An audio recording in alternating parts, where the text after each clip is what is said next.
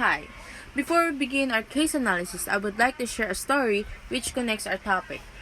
These are the couple blogger, namely as or most known as the Cat Tree.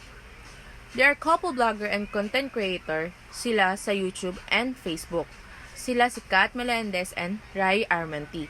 Pero si Kat talaga ang main social media star and content creator and best known for her self-entitled YouTube channel where she posts products, reviews, and vlogs. Laro din silang sumikat dahil sa pagiging kwelang couple nila na puro asaran at prank sa isa't isa, more only sa Facebook and Twitter. No, sa TikTok. Pero nagsimula daw ang love story nila noong 2014, which is college students sila and still going strong until now. Sa relationship nila, kahit nagkaroon sila ng misunderstanding or mga away or with one another, na-overcome pa rin nila yung challenge na yun kasi pinapairal nila yung ethical moral standards nila sa isa't isa. Kasi ang fundamental key nila sa relationship nila is having a goals or setting goals from one another. Like, from college, their goals is to graduate together. After graduate naman is, naging goal naman nila is makapasa, which is nangyari talaga. Then, naging tuloy-tuloy ang success nila together sa buhay. As now, nag-risk sila sa business which is yung skincare business, namely as Her Skin and 7 Days. Naging successful sila sa business na to kasi both of them gusto nila yung pinapasok nila and nilang business, kaya naging successful ito at patuloy na nag-grow sa ngayon. Dahil sa pagkakaroon nila ng more courage, nakagagawa nila yung gusto nila and nabibili nila yung mga bagay at mga gusto nila together, and both of them are happy. But pinakatumatak sa akin na sinabi nila is huwag kayong papasok sa isang bagay na madali lang. Why? Such as pag-aasawa.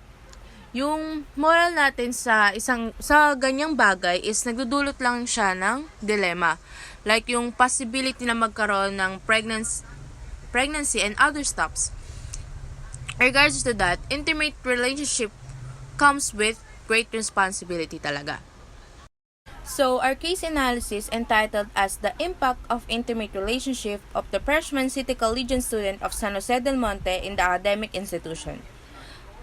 We choose this case analysis to capture a range of perspective as opposed to the single view of an individual. To get with a survey response or investigate our case analysis regardless about the intimate relationship between the college students.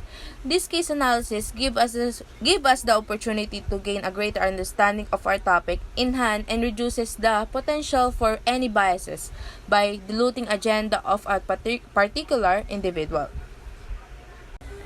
These are the covered topics we will discuss in this case analysis, which start off the introduction, to be followed of problem identification, additional discussions, solutions, recommendations, and lastly, the conclusion. Let's start with introduction. On a daily basis, college students are faced with conflict of interest to study or not to study. Oftentimes, these decisions are affected by outside factors that are beyond the control of the students, such as work, athletics, involvement in organizations. One other factor that is believed to be a major influence is the existence of a significant other. While involved in a relationship during college, one might be forced to choose either studying for school or spending time with a significant other, leaving the student with the increased amounts of stress. Level of commitment to the relationship must also be taken into consideration. A student who is involved in an exclusive intimate relationship differs from the students involved in a casual dating relationship. Many factors contribute to a student's struggling grades. The aim of this analysis was to isolate the effects of dating on a student's academic performance. Intimacy. Ito yung nag-involves ng feelings of being in a close, personal association, and belonging together. Ito yung familiarization natin, lalo na ito yung very close, effective connection natin with another as a result of bond na na-form through a knowledge and experience of the other. Ang genuine intimacy sa isang human relationship ay nagre-require ng dialogue, which is yung communication. Ito yung intimate conversation are simply about being together and enjoying each other's company. Kasi ang conversation are a great way to strengthen bonds between partners and enhance their feelings towards each other. Next is transparency. Because transparency in an intimate relationship is that it helps you build trust and honesty. Transparency goes beyond revealing your data to another person. It's more about sharing both the good and the bad of your feelings and thoughts with the person you love. But lack of transparency may cause a distraction to a relationship. Vulnerability. Ang meaning niyan is to be alive is to feel insecure sometimes. We're wired with a desire not to feel physically safe and emotional secure kasi ang heart natin ay naglulongs lagi for love. We want intimacy to feel connected with the fabric of life and not so painfully alone. Intimacy by its very nature requires us to be vulnerable. And reciprocity. Ito naman yung intimacy between understanding of their needs to be able to communicate them and is capable and willing to meet the needs of their partner. Based on a anthropological analysis, ang intimacy is considered the product of successive seduction. Ito yung process na nagbibuild ng confidently disclosed previously in a hidden thoughts and feelings. Sustaining ang intimacy for a length of time while develop emotional and interpersonal awareness. Ang pag-i-incorporate natin sa social psychological factors ng intimate relationship sa field ng moral values is critical. Why? Because in everyday life, unethical acts ay hindi nangyayari nang walang dahilan. So let's move on with the problem identification within our case analysis. The first problem is the intimate relationship is very common dilemma for the college students. Because intimate relationship provides an opportunity learning how to maintain intimacy relationship and build positive self-concept.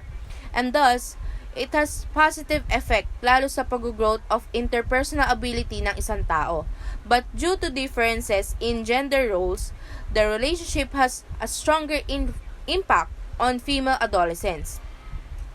As teens grow and develop, the creation of peer relationships, both for friendship or romance, is the major focus of their social and personal lives.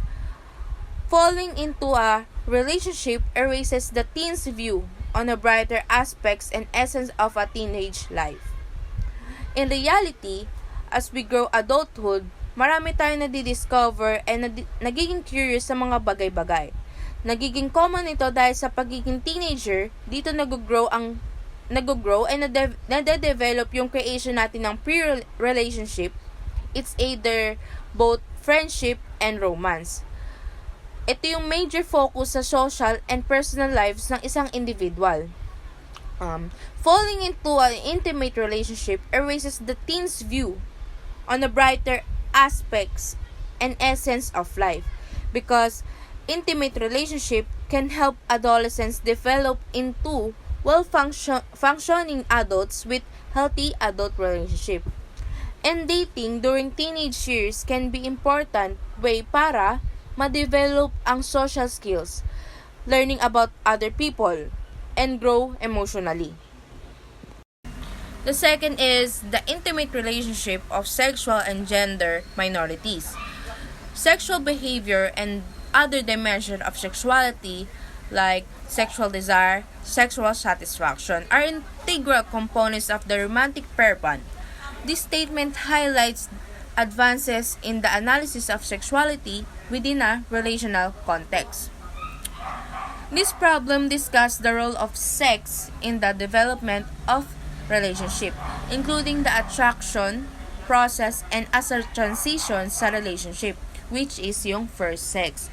Na-include rin dito yung discussion of when and how hookups and friends with benefits can sometimes lead to more long-term relationship.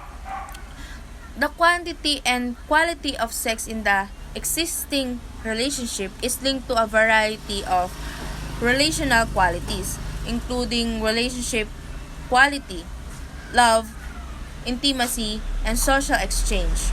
This problem discussed the literature showing how sex is intertwined with this interpersonal process and outcomes moreover in the students. Nag-focus rin ito sa sexual challenges of sexual jealousy and sexual aggression and discuss how sexuality at the individual and energetic levels is affected by family and peers. Ang topic areas ng problem na ito within relationship science ay nag-undergone as much change over the past 30 years as that of same-sex relationships. Whereas early analysis simply tally the similarities and differences between sa heterosexual. Ito yung sexually attracted to people of the opposite sex and the same-sex couples.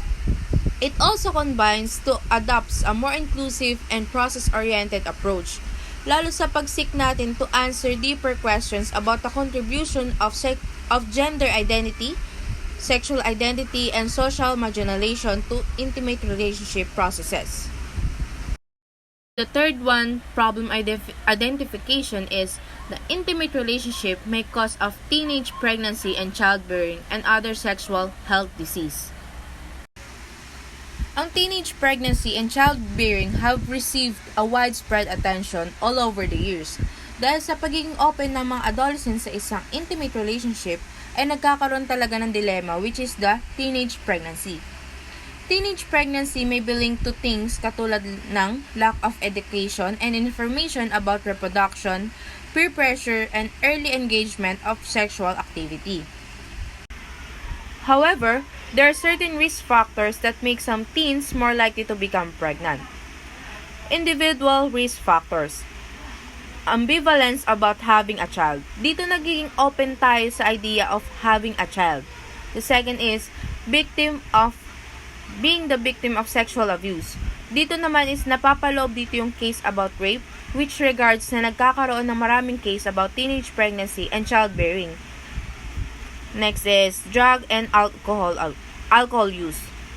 A student who smoke, drink, use drugs, carry a weapon to school, get involved in fight, or engage in other risky behaviors also are more likely to become pregnant or impregnate a sexual partner, according to a newly study from psychiatry researchers at Washington University School of Medicine in St. Louis. Why? Dahil sa pagiging masasaya ng isang adolescent or individual, it may cause lack of immoral decision-making. Nawawala na sa wisyo ang isip ng isang individual. Nagkakaroon din ng lack of morality through a certain situation, kaya nagkakaroon ng false decision lalo sa mga kabataan. Next factor is having sex at a young age. Teenage pregnancy occurs in a woman 19 years of age or younger. A woman can get pregnant if she has vaginal sex with a man at any age after she began having regular monthly periods. Lack of goals for the future. Dahil sa kakulangan ng goals sa isang relationship, nagkakaroon ng mali na outcome in the end. Next is lack of knowledge about sex or contraception. Dahil sa kakulangan sa sex education, kaya nagkakaroon ng maling way of overcoming intimacy into a relationship. Next is low self-esteem. Low self-esteem is the most prominent and evidenced factor in increased risk of teenage pregnancies, since it is related of being insecurity, fear of being rejected, low ambitions, or insufficient emotional control. Negative attitude towards using contraception.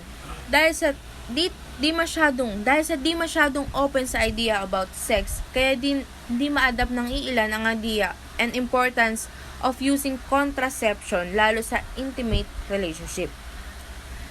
Lastly, poor school performance. Dahil sa kakulangan ng open education regardless sa gantong bagay, kaya nagkakaroon ng difficulties ang mga kabataan na magkaroon ng moral decision making sa mga gantong bagay. Tumungo naman tayo sa social risk factors. The first is dating at an early age. As of today's generation, maraming kabataan ang agad nang naging open sa idea of dating. Next is dating older people. Ang pakikipag-relationship lalo sa mga mas matanda sa'yo or mas maraming alam sa'yo ay pwede talagang maging prone ng teenage pregnancy as regard dahil sa idea na onti pa lang ang alam mo sa buhay. Next is friends who are sexually active. Having friends na sexually active or prone sa mga ganong aktibidad ay dahil doon, nagiging socially open ka na rin sa ganyang bagay. Next is poor peer relationships. Sa lack of relationship or communication with your friends will only cause lack of individual decision. Last is pressure from peers to have sex. Dahil nga nape-pressure, naiinggit maybe sa mga friends or kakilala natin sa sex, kaya nahihikayat ka rin subukan. Maybe nandun din yung thought ng isang individual na baka astig to pag na-try ko. Ganon. Tumungo naman tayo sa family risk factors. Ang first is family history of teenage pregnancy. From the word itself, family history. Dito nagkakaroon ng non-moral standards ang isang adolescents. The next is limited communication between parents and teen. Because of lack of communication can cause tragedy para mag-guide ng family or parents ang kanilang anak sa idea of intimacy. The next is negative family interactions. Possible idea dito is yung pagiging strict ng parents sa kanilang anak. Dahil doon, nagiging martir ang kanilang anak na nag-end up rin sa teenage pregnancy. Poor parental supervision. Lack of parents' guidance for their child's morality of decision making.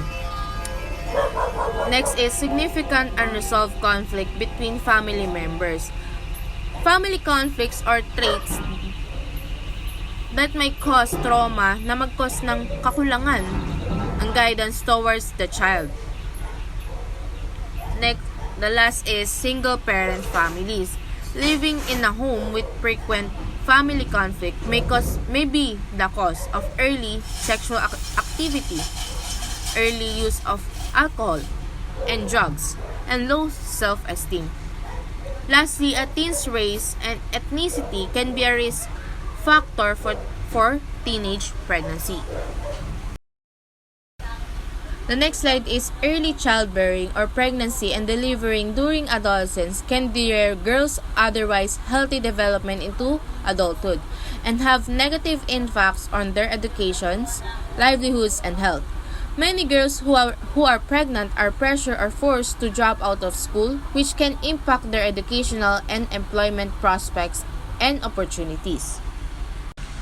Dito sa childbearing, ito yung maagang panganganak.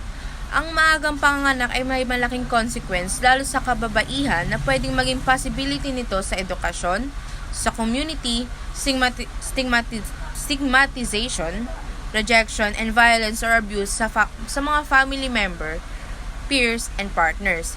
And lastly, yung early and forced marriage between them. So lastly, yung possibility rin na pagkakaroon ng sexually transmitted disease or infection or kilala bilang STD or STI. Ito yung infection that are passed from one person to another through sexual contact. The contact nito is usually vaginal or oral or anal sex, but sometimes they can spread through other intimate physical contact. Many people think there are only two STDs. Ito yung syphilis and gonorrhea. In fact, there are many other diseases that can be spread through sexual contact, including herpes, chlamydia, genital warts, vaginitis, viral hepatitis, and HIV. Ito yung virus that cause AIDS. The number 4 naman is the intimate relationship affects the mental health of the students. Mostly, students in this generation ay nasa isang relationship which regards that individuals in that committed relationships experience fewer mental health problems and were less likely to be overweight or obese. There were no significant differences between groups in frequency or physical health problems. But in terms of mental health, in the recent studies from Ireland and the USA have found that negative social interaction and relationships, especially with partners or spouses, dahil sa intimate relationship, it affects the mental health of one's individual or sa partner na pwedeng mag-increase ng risk of depression, anxiety, and suicidal ideation. In contrast, positive interaction reduce the risk of these issues. So, let's move on naman sa additional discussion. So, based sa additional discussion ng aming case analysis, an article found on the internet which related to the topic of interest showed analysis where SCUBU studied the disadvantage and advantages of dating in college. It was found that 100% of the 50 male participants surveyed agree that dating in college provides benefits. It was also shown that males who dated while in college felt a higher level of self-esteem through social interaction.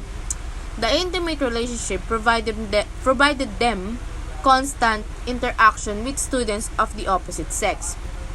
The analysis mainly focused on the benefits of this relationship in college as it related to the individual's self-esteem and interaction while in social settings.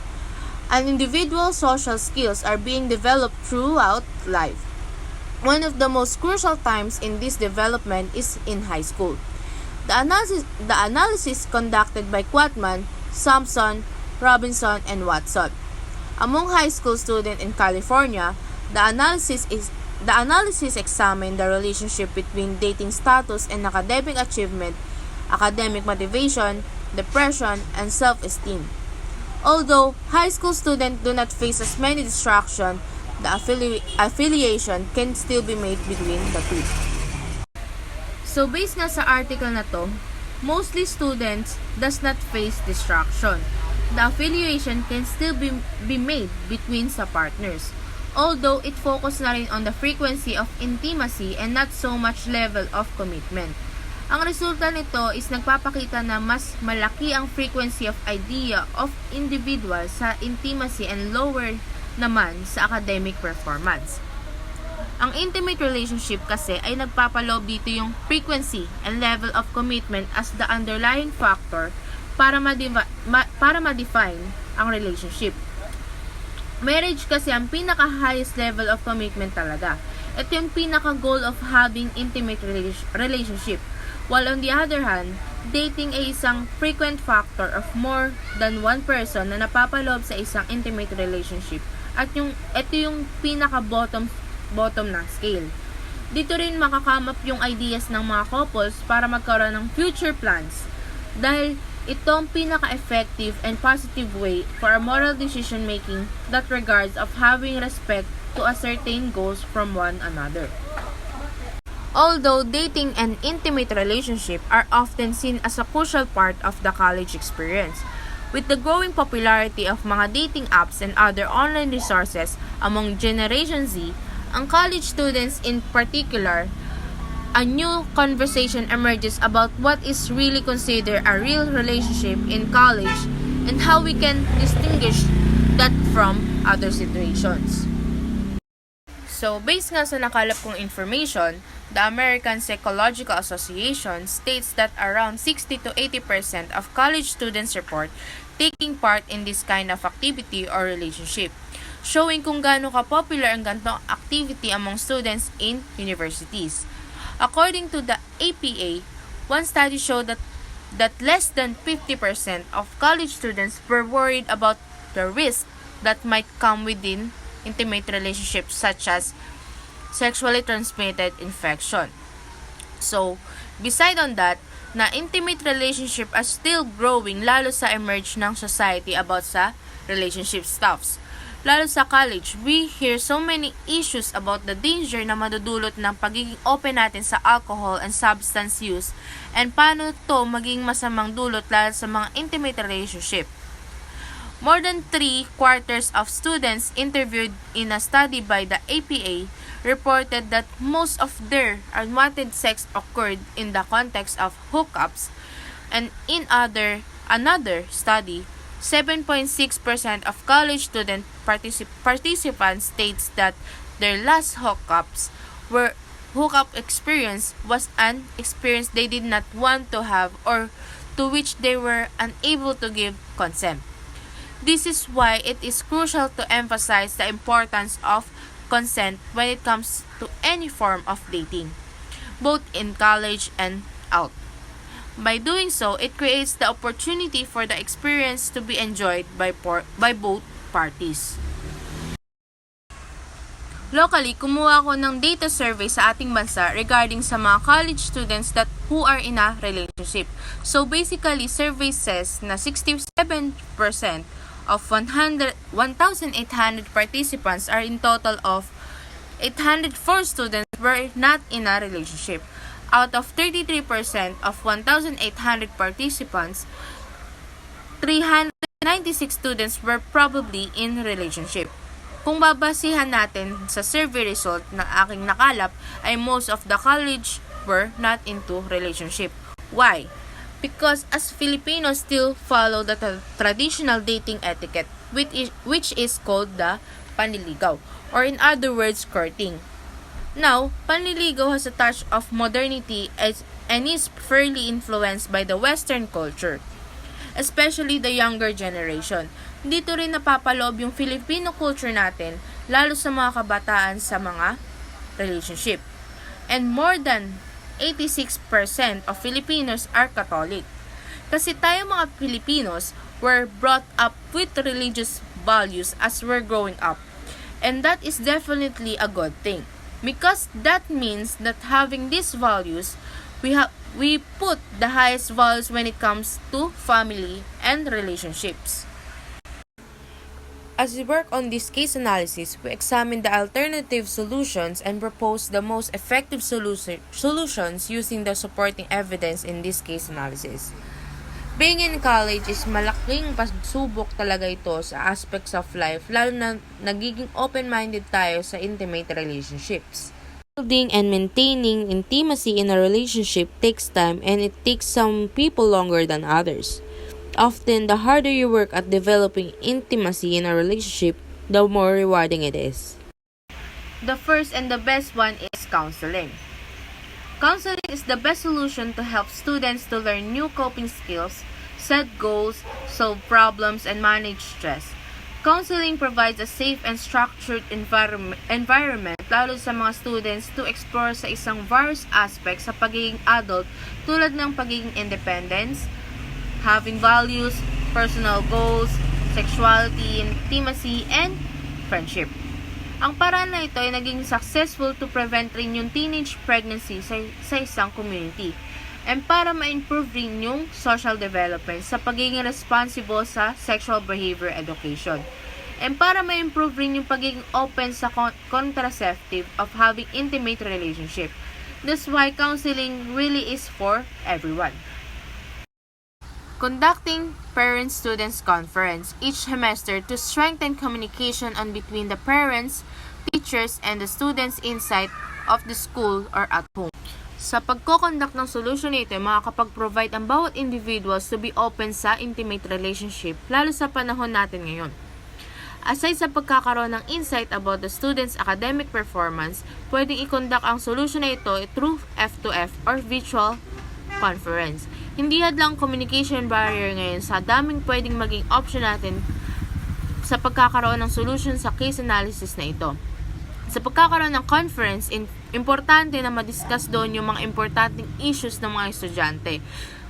Like strengthening communication, ma-reinforce yung values, and para ma-nurturing yung idea of intimate relationships. Ang third solution naman is Advocates for Youth. Itong organization na ito ay para magkaroon ng access education ang mga adolescents sa sexual and intimate relationship. Ang pagkakaroon ng advocacy para ma-ensure na ang mga estudyante ay magkakaroon ng boses in that particular issue. Then, para maprotektahan and mapromote rin ang kanilang paniniwala at karapatan as humanity. Lastly, para magkaroon ng ethical value sa mga desisyon na gagawin nila sa buhay. Lastly, additional course for every college students about coping in intimate relationship. Ang pagkakaroon ng intimacy education ay magdudulot ng maganda lalo na't may improve nito yung thinking and knowledge about sexual and reproductive health and behaviors. Hindi rin naman porket intimate is about sexual activity. Sa pagpopromote nito is magiging advantage ito para malaman at ma-maintain yung healthy relationship lalo na para ma-develop rin yung social skills and mag-grow emotionally, or in other words, pagiging matured enough on making decision between moral and non-moral values in maintaining the students' academic performance. So, ang ethical relationship natin ay nag-i-involve para ma-promote yung good culture and principles in a relationship. Ang good relationship ay nakakatulong para magkaroon tayo ng moral courage despite of being in intimate relationship. Dito rin magiging strong yung bonds to increase intimacy levels and trust in a relationship. Ethical values should keep centered lalo sa intimate relationship para ma-maintain yung stability having relationship sa academic performance ng isang college student. Regardless of the college student na nag-stick lang sa moral values despite of their beliefs to handle a intimate relationship. As a college students, considering while we grow and learn the aspects of life, a student must learn the values that they imply to grow despite of having intimate relationship to the academic responsibility of being a adult and a student. So, let's move forward naman sa recommendation part, which regards sa pag-focus namin on a specific solution that our analysis adopted to address the entailed problems. The case analysis suggests that people can also base their action on their moral standards, and using these standards alters the mental operation used to evaluate those actions as a consequence. Ostensibly, moral acts may construed and processed according to other standards, and vice versa.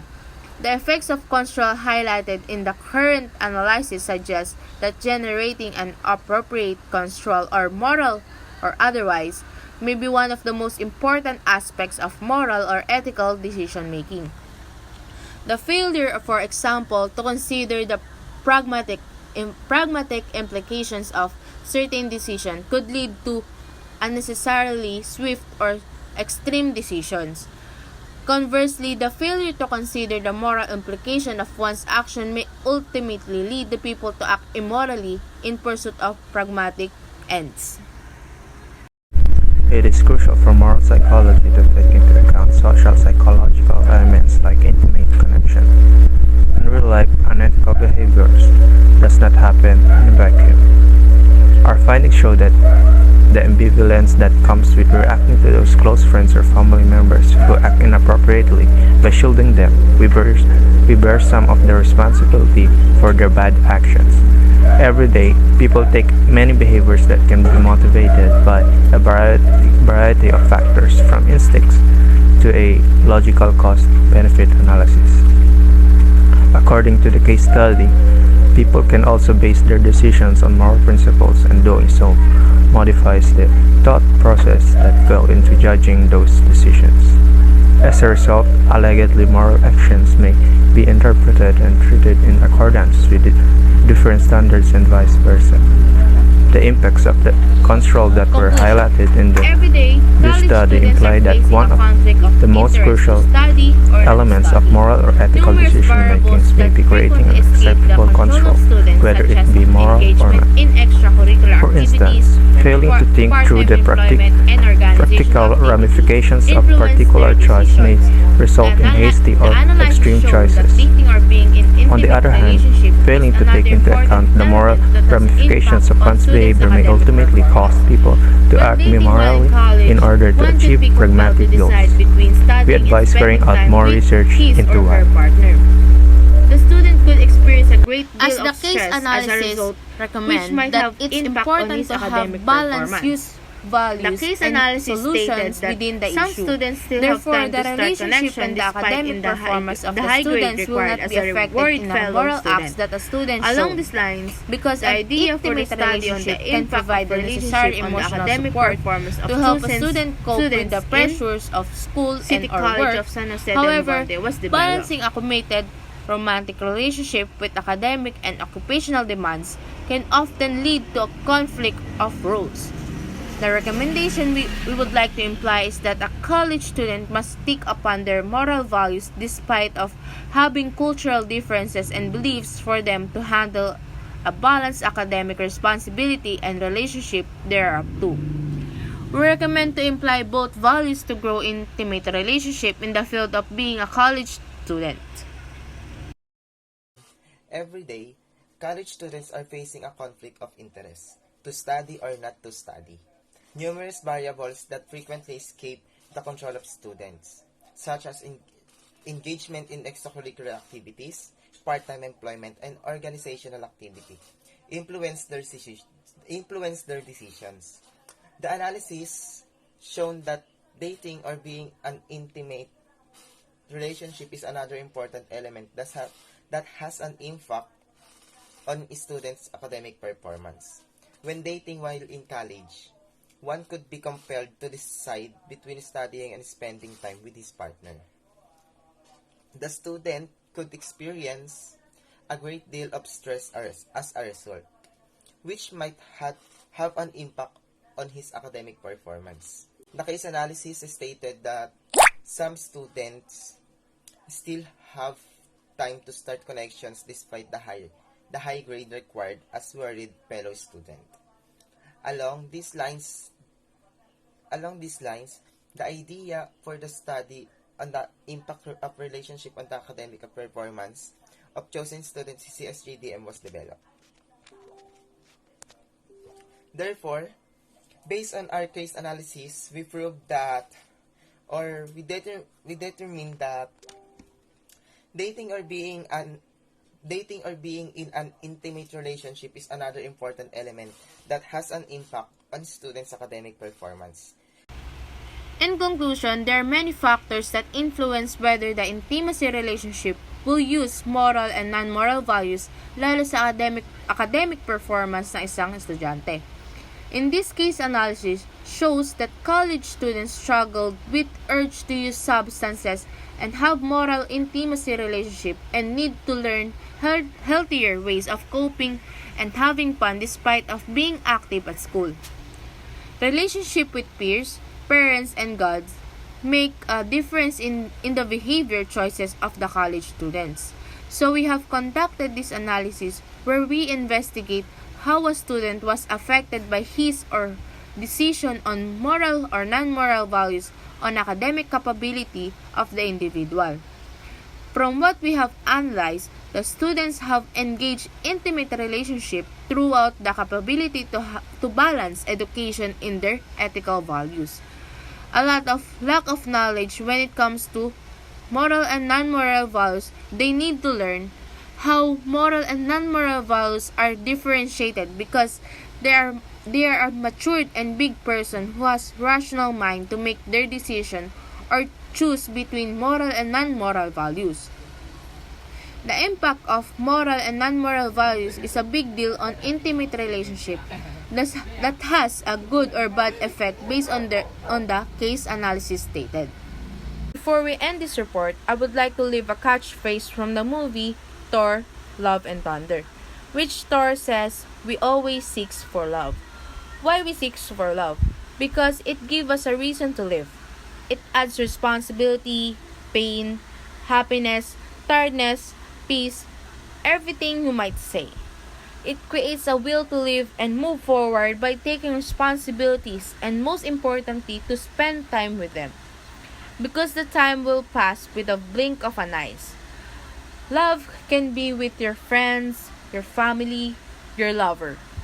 Love is a thing which has the capability to change a person. It's always good to be loved. But the original happiness comes from loving someone. As we born in the world, we seek for love. Love always there's for us, to inspire and motivates us. Love is what makes us feel alive and happy.